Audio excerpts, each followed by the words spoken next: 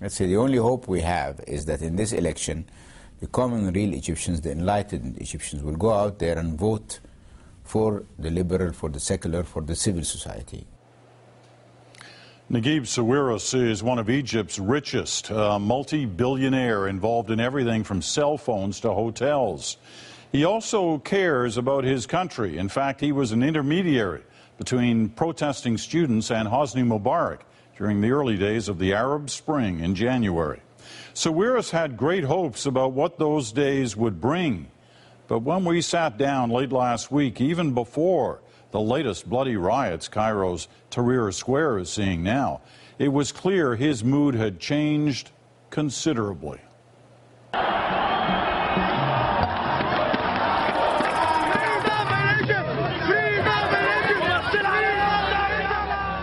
It's been 9 months since the new Egypt was born, and we were used to, in those days, seeing you looking very optimistic, excited, eager, smiling.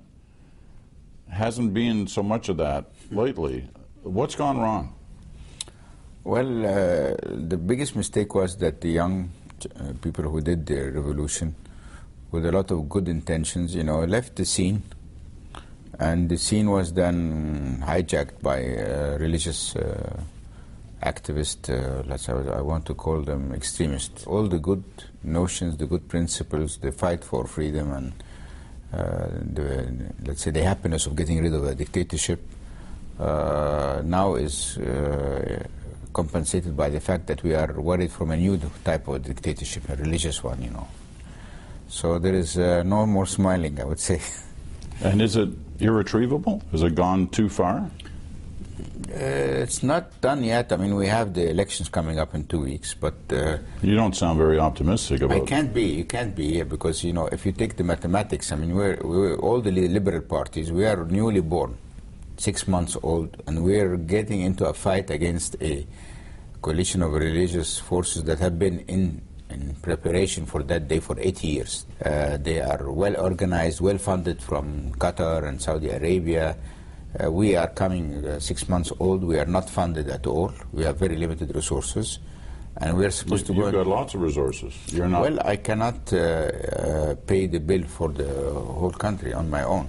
The Muslim Brotherhood has received $100 million from Qatar during the revolution. So that's a lot of money. I mean, how can you match that? And what about Iran and Saudi Arabia? No, I think Iran are not mixed up in our elections, but Saudi Arabia, some individuals also are financing some of the Salafis. But you're worried if this continues along this path that Egypt could become another Iran. Yes, I am. Because of the religious connection. Yeah, not only the religious, if they abolish the civil nature of the country and they decide for a religious country that has a religion, is governed by religion, and mainly it's an Islamic religion, so also, even as a Christian, I would feel uncomfortable, let's say, from accepting such a reign, And all the moderate Muslims, which are friends of ours and who believe in the modern Egypt, don't want that too. Let's say the only hope we have is that in this election, the common real Egyptians, the enlightened Egyptians, will go out there and vote for the liberal, for the secular, for the civil society country. Now, the problem we have is that many of them are passive. Many of them, I call them the party of the couch. They sit at home, watch TV, and think life will go on. And it will not go on. It's like, if you want to get a good example, and you remember the Iranian Revolution.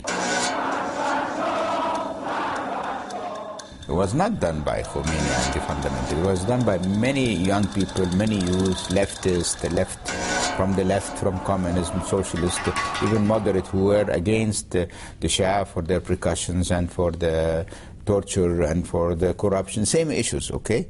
And suddenly, Mr. Khomeini arrives from Paris and takes over, and it turns into what it is today, and then you got this guy, Ahmadinejad or whatever. Look at how he looks. I mean.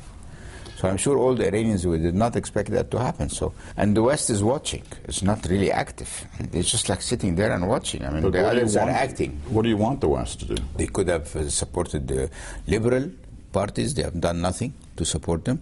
But don't they have to be careful about, in any way, seeming like they're intervening? So why are the other ones not careful?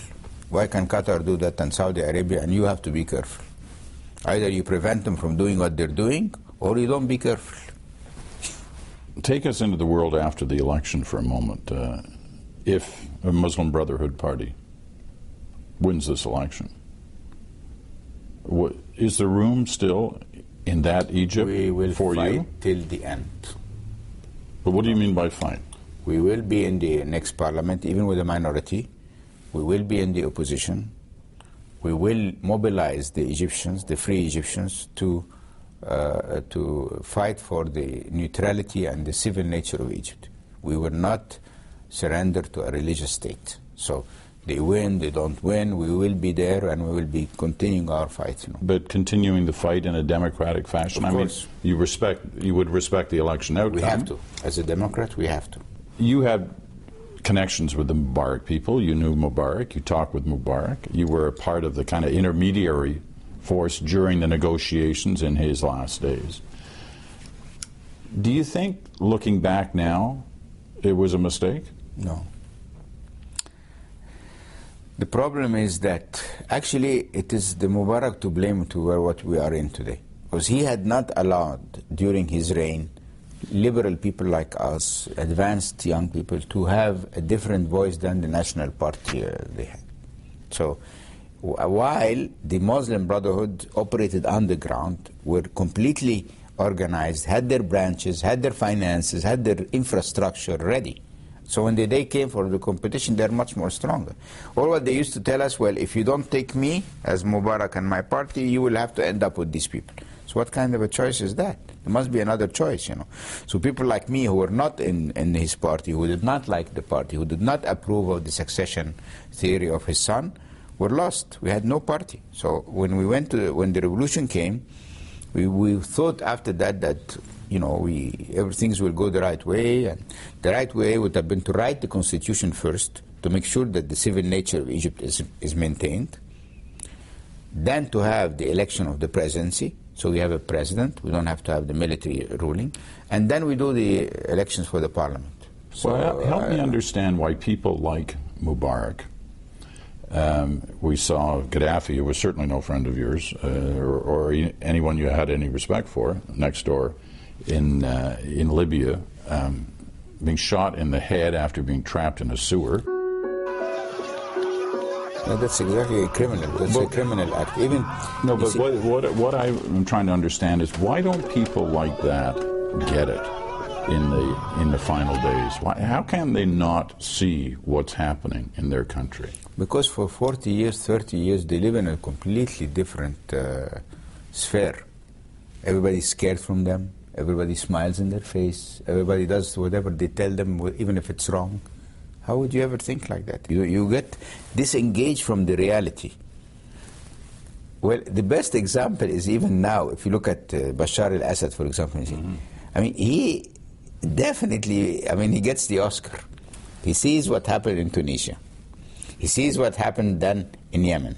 He sees what happened in Libya and in Egypt, okay? And then what happened in Libya, and he doesn't get it. So what more do you want? I mean, he has seen the same circumstances, same scenario, and still he keeps on killing his own people every day.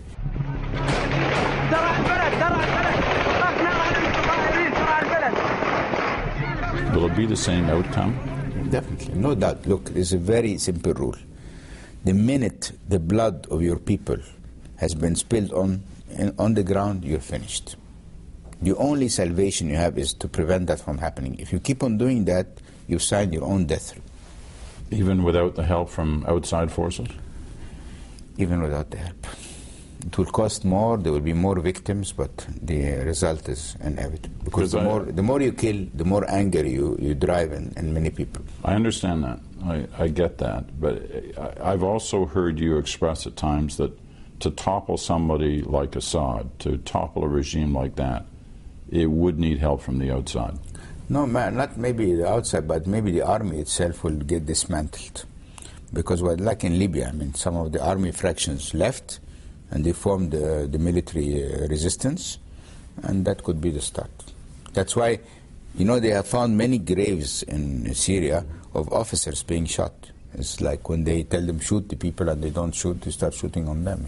You cannot say it's foreign interference when you're watching someone slaughtering his own people. I mean, what is that? It's an excuse not to do anything. Like we all sit at our home, go to bed, and then every day there are 30 Syrians every day dying. How can you sympathize with someone who is allowing these people to be shot because they don't want him? You know, so much of what you said in this interview leaves one going, is this really working, the Arab Spring? Is it working? No, it's not working. Anywhere? No, it's not working. But it doesn't... You see, you can't argue that because it's not working, then these old dictatorships were okay. They were not okay. So this is the dilemma. The dilemma is that, and I'm saying the West has to play proactive role. They cannot leave us in this mess. All this mess will spill to theirs. But what's a proactive role? What do they have to do? The proactive role is to go and see whoever is in charge in these countries, tell them, look, we will not condone a religious regime. It's not interference. We will not condone treating minorities unfairly. We will not condone the non-rule of law and justice. Your countries have to adhere to the United Nations main principles, you know, the human rights principles. Any deviation for that or that, we will interfere. What do they say when you say to them?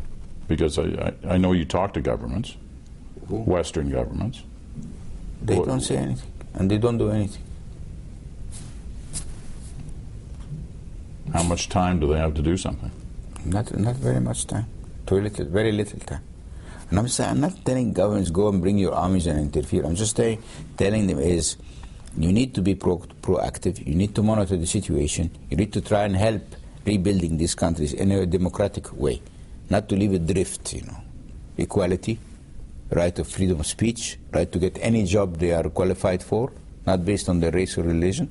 And we're not asking for miracles. You know. Fascinating talking to you. Thank you. Wish you luck. We need it.